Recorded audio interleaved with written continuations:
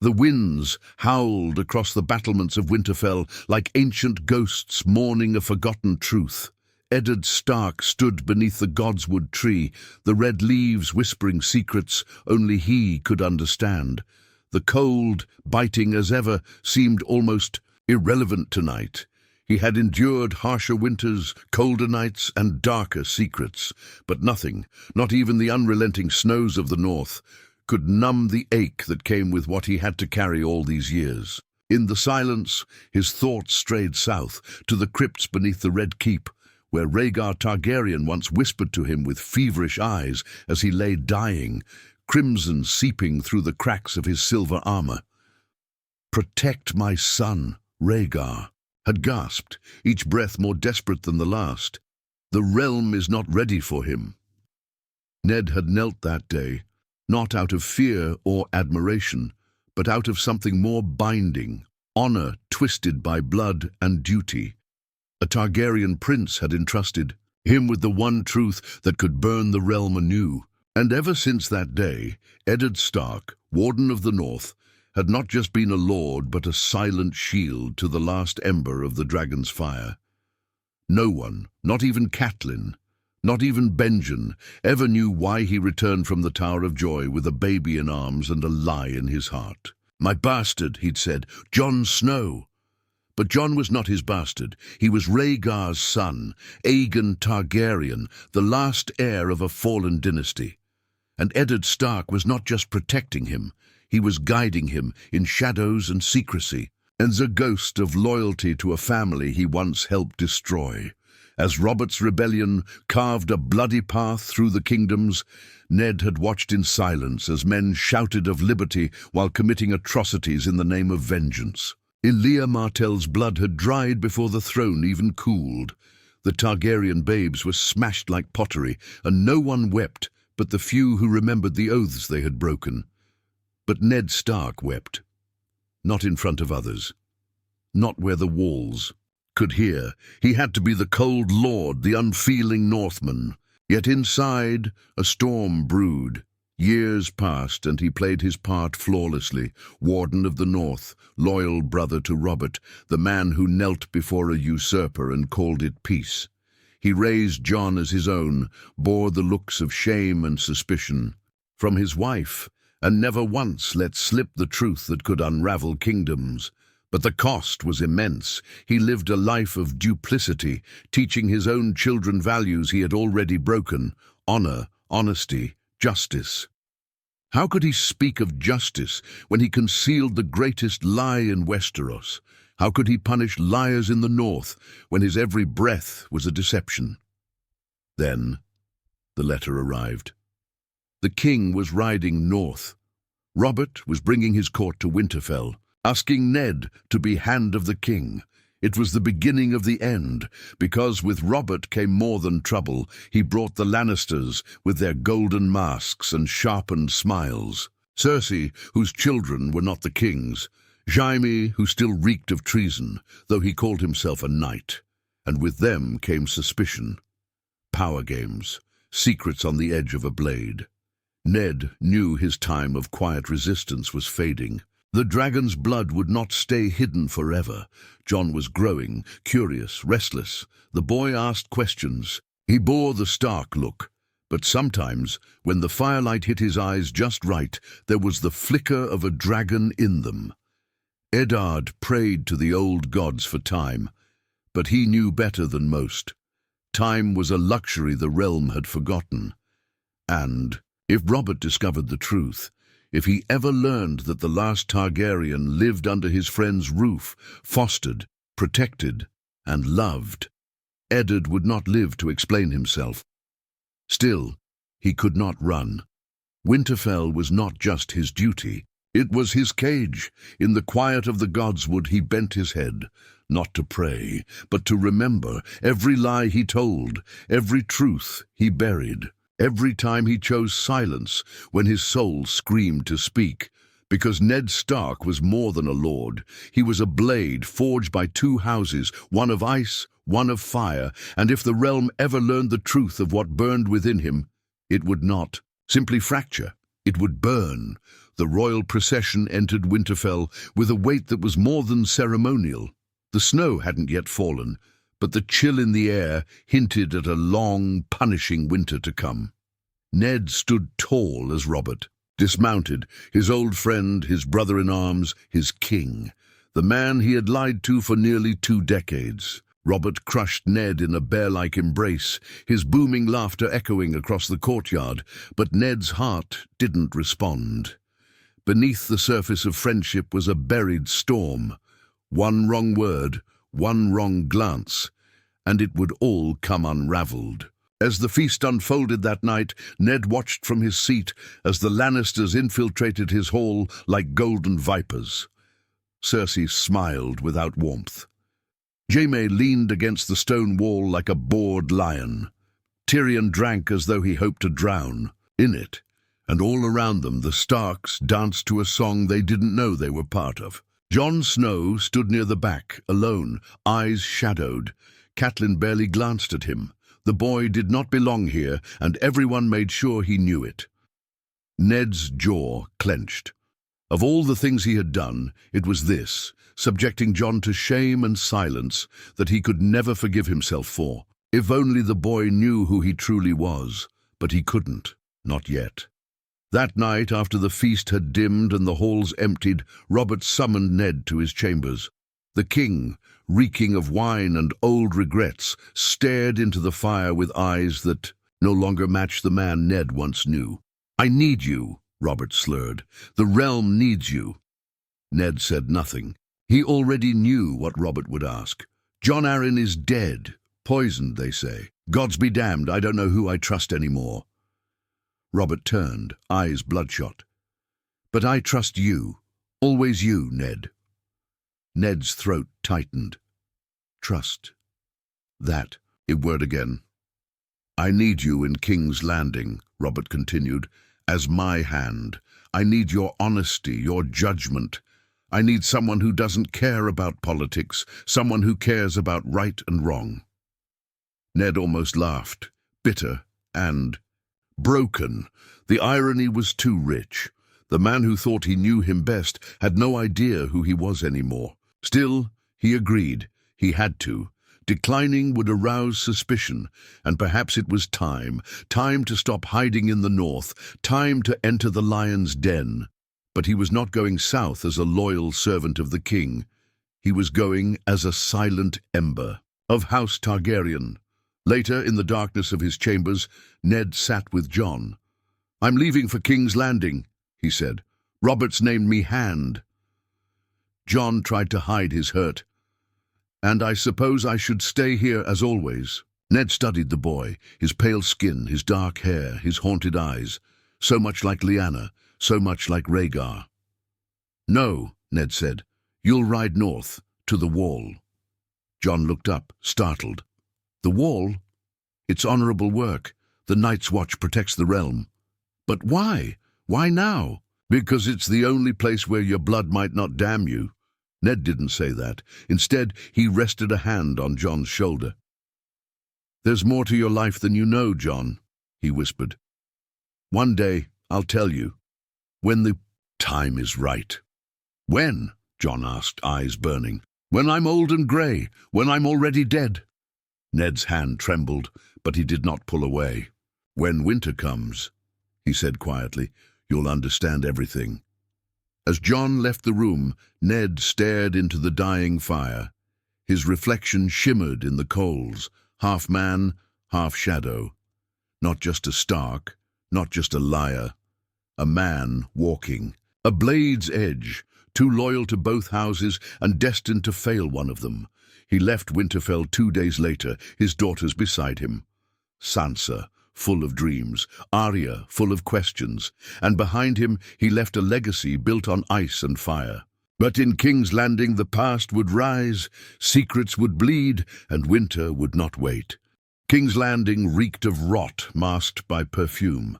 The smell hit Ned like a wave when the gates opened, a mix of heat, sweat, and lies too thick to cleanse. He hadn't set foot in the city since the war, since the sack, since the day he found Elia Martell's children butchered in the Red Keep, and saw what victory had truly cost. Now he returned, not as a liberator, not as a lord, but as a prisoner of his own secrets. The Red Keep stood like a smug dragon atop the hill, watching all beneath it. The courtiers whispered behind silk fans, and the nobles smiled with daggered teeth.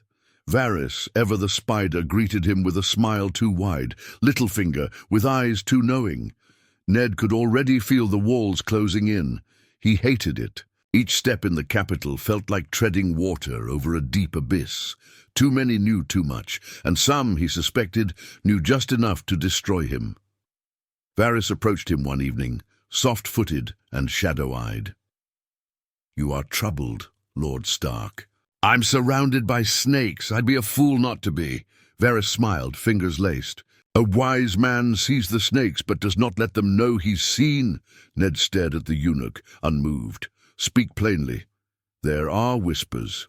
About the death of Jon Arryn, about bastards with Baratheon blood."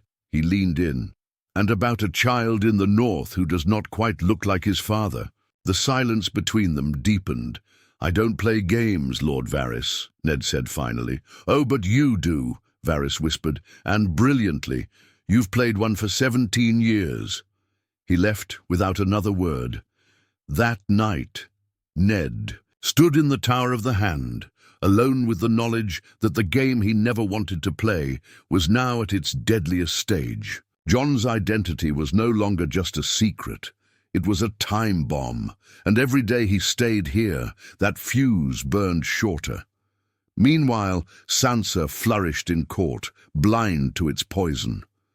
Arya, sharp-eyed and restless, picked up on the danger and asked questions that made her scepter pale. But it was the king who troubled Ned the most. Robert had grown fat, slow, and drunk on power. His court mocked him. His wife despised him. His children, no, Cersei's children, eyed the throne with a hunger Robert didn't even notice. And then came the books, Jon Arryn's ledger, the lineage of noble houses, a list of bastards in Flea Bottom, all of them black of hair, except Joffrey. Each turn of the page was a noose tightening. Ned pieced it together like a puzzle carved in blood. The Crown Prince was no Baratheon. The throne sat beneath a lie. But that wasn't the lie that could end the realm. That lie lived in the north, on the edge of the world. Jon Snow. If Robert found out that his son Aegon Targaryen lived, he would kill him without hesitation. Rhaegar's bloodline, however innocent, was a threat to Robert's shaky peace. The same Robert who ordered Elia's children smashed against walls. Ned couldn't allow that. He couldn't betray his final promise to Lyanna. He had already broken too many oaths for one lifetime, but he also couldn't stay silent forever. In the quietest hours, Ned thought of writing Jon the truth. He'd write it in code, seal it with Stark wax, and pray it reached the wall untouched. But his hand never moved. Instead, he visited Gendry. The boy had his father's eyes. Baratheon. Blood ran hot in him, and that's when it hit him. Jon wasn't the only secret in the game. If Robert's bloodline ended, and it would, if Joffrey wasn't his, then the realm would fracture, and the next rightful heir would be Jon, a Targaryen raised as a Stark. The realm wouldn't just burn, it would tear itself in two. Unless Ned chose a side. Not peace, not Robert, not even the truth, but the future. He closed the ledger, walked to the balcony, and stared out at the burning lamps of King's Landing. Winter was coming, but so was fire. The nights in King's Landing grew longer, hotter, more suffocating with each passing day. Eddard Stark could feel the tension rising in the capital, like steam trapped in a sealed pot. The people spoke in whispers now, in fearful glances and quick footsteps. Something foul brewed in the shadows, and Ned knew his time was running out. Cersei confronted him in the godswood of the Red Keep, her golden hair gleaming like a threat in the sunlight. He had sent a warning to her days earlier: leave with your children, flee the city, or face Robert's wrath when he learns the truth. You should have killed me when you had the chance, she said. "I don't murder women," Ned replied coldly. "No," she smirked. "You just let kingdoms burn instead." There it was, the truth of what they were. Two people drowning, in different oceans of lies, both pretending to rule a storm they barely understood. She turned and left, but Ned knew it then. He had made a mistake. Mercy in this world wasn't a virtue, it was a weakness, and weakness would cost him everything. Word reached him soon after. Robert was dying. A hunting accident, they said. A boar. But Ned smelled Lannister steel behind it. The king's breath faltered on his sickbed, and with every shallow gasp, the realm slipped further from his grasp. Ned sat beside Robert as the once mighty man wheezed through his final confession. Tell Joffrey! He's to be king!" But Ned didn't write Joffrey's name. He wrote, "My rightful heir," because Robert's heir was not a golden-haired impostor, and Ned could no longer allow lies to breed on top of lies. He left the chamber and handed the sealed will to Sir Barristan, with instructions to guard it with his life. Littlefinger approached that night, all sly grins and riddles wrapped in charm. "You plan to name Stannis?" he asked. "He is the king's true brother. It is his right. Stannis has no allies, no charm, no love. The city will not rise. For him, I won't help a usurper sit on a false throne." Littlefinger leaned closer, voice like silk on poison. "And what if I told you there's another who has a stronger claim, someone of fire and ice?" Ned turned, eyes narrowing. "What do you know?" But Littlefinger smiled and walked away. He knows something. Perhaps not everything, but enough. The next morning, Varys found him pacing the Tower of the Hand. "You must leave, Lord Stark," the eunuch warned. "Cersei will not wait. The gold cloaks now answer to gold, not honor. Your guards are outnumbered. You will die here." "I've sent word to Stannis," Ned said, "and to the Wall." "To the boy?" Ned didn't answer, but he had. A raven flew toward Castle Black, carrying only 5 words written in the old code his brother Benjen had taught him. "Protect the dragon. Winter comes." He prayed it would be enough. That night, Ned was betrayed. Littlefinger had promised the city watch, promised his protection, but betrayal is a blade most often wielded by friends. When the gold cloaks turned, Ned's men were slaughtered in the hall. Blood soaked the red carpets. Sansa screamed, Arya vanished, and Eddard Stark was dragged to the dungeons. The last lord who carried the truth of fire and ice was chained. In the darkness beneath a city that hated both, in his cell, rats scurried across his feet. The stone walls wept with damp. He thought of Jon, of the boy's quiet strength, his pain, his loyalty, and of what he would have to become. Jon could not know yet, not while Cersei held power, not while the Lannisters ruled through fear. If the truth came out now, they would hunt him like a wolf, burn the wall if they had to, but the day would come. Ned closed his eyes and whispered a name no one else alive had dared speak aloud since the war. Aegon. It echoed softly in the cell. Not as a confession, but as a hope. The cell was silent, except for the occasional drip of water and the soft scurrying of rats. Eddard Stark sat hunched on a cold slab of stone, his hair unkempt, his beard tangled like the webs of fate he had once tried to untangle. He had always believed in honor, as a sword, as a shield, but here in the bowels of the Red Keep, honor had become a weight around his neck. The door creaked open one evening, and footsteps echoed down the corridor. It was Varys again, bearing both food and news. "They will execute you," the eunuch said softly. "The Queen demands your blood." Ned didn't flinch. He had known it since the moment his men were cut down. He had seen the look in Cersei's eyes, ruthless, calculating. Mercy was not in her nature, but Varys wasn't finished. There is one way you may yet live, for your daughter's sake." Ned looked up, weary. "Speak." "They want you to confess, publicly. Say you lied, that you tried to steal the throne. Pledge your loyalty to Joffrey." Ned's jaw clenched. "And in exchange, I bend the knee to a bastard, watch the realm burn under lions?" "It's not about you anymore, Lord Stark," Varys said. "Think of Sansa. Think of Arya. This realm is made of lies. Sometimes the only way to protect those you love is to lie better than the rest." Ned turned away. He had lived a lie for 17 years, hidden Jon's parentage, betrayed Robert with silence, played the part of a man of honor while shielding the last living Targaryen prince under the name of Snow. Perhaps this was his punishment. Not death, but being forced to live one final lie. He nodded slowly. "Tell the Queen I'll do it." The next morning, he was dragged from his cell, body aching, soul fractured. The steps to the Great Sept were lined with spectators, nobles in silks, peasants in rags, all eager to see the fall of the North's honor-bound lord.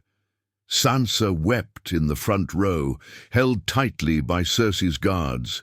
Arya was nowhere to be seen. Ned stepped forward, hands bound, and faced the crowd. He wanted to speak truth, to cry out that Joffrey was no king, that Jon Snow was Aegon Targaryen, that the entire throne was built on blood and deceit, but instead he said the words that tore his soul to pieces. "I betrayed the king's trust. I tried to usurp his throne. I am a traitor to the crown." The crowd murmured, stunned. He looked at Sansa, so young, so scared, at Cersei, triumphant, at Varys, whose face gave away nothing. And then he looked at Joffrey. The boy stood, arrogant, grinning with power too big for his bones. "Let him live," Cersei whispered urgently, but the boy king raised his hand. "Sir Ilyn," Joffrey said, "bring me his head." There was no time to plead, no time to shout the truth. Ned's eyes found the sky as the crowd roared. He thought of Jon, of the boy's quiet strength, of dragons flying over snow, of fire buried deep in the ice. Then the sword came down, clean and final, and with it the last hope of peace died. The head of Eddard Stark rolled in the dust of the Great Sept, his eyes forever frozen between agony and peace. The crowd screamed, gasped, and some even cheered, not realizing they had just killed the only man who stood quietly between them and chaos. Cersei was already moving to cover the fallout. Sansa collapsed, sobbing, her cries echoing off the walls like shattered innocence. But Arya saw it all through a veil of tears and steel. Hidden among the crowd, Yoren of the Night's Watch pulled her back, whispering survival over revenge. She didn't scream, she didn't cry. She vanished into the alleys, carrying her father's death inside her like a dagger yet to be drawn. But far away, beyond the walls, beyond the reach of the Lannisters' claws, another boy stood beneath the cold skies of the wall, his breath misting in the chill air. Jon Snow. He never received the letter. Maester Aemon had burned it on Varys's orders before Jon could see it. The spider had played both sides well. He could not risk the boy learning the truth too soon, not until the time was right. Still, Jon felt it, a shifting in the wind, a silence in his blood. He learned of his father's death days later, and he shattered, punched the wall until his knuckles bled, screamed into the snow, then buried it all like the man who raised him once did. But Maester Aemon watched him closely, listened to how the boy spoke, how he moved, how he commanded without trying. "You have the eyes of someone born for more than black," Jon scoffed. "I'm a bastard." "So was another boy once," Aemon murmured, "until the world remembered his blood. It wouldn't be long before the realm descended into war. Robb raised the banners of the North, marching to avenge his father. Catelyn hardened into a shadow of grief. The Lannisters fortified their grip on the throne, and in the east, Daenerys Targaryen awakened a fire the world had forgotten. But beneath it all, beneath the blood and banners, lay the truth that could still save or destroy it all. Aegon Targaryen lived. He had Eddard Stark's quiet judgment, Rhaegar's fire, Lyanna's will. He had the blood of the dragon, raised, in the shadow of the wolf. And while the world fought over kings and crowns, Jon Snow stood on the edge of the world, still believing himself a nobody. But the time would come. The ravens would fly, the ice would crack, the fire would rise. And the boy who thought himself a bastard would discover he was the heir to the realm and the legacy of the man who died to protect that truth. For when winter knelt to fire, it did not kneel in defeat. It knelt in silence, in sacrifice, in love, and the realm would remember.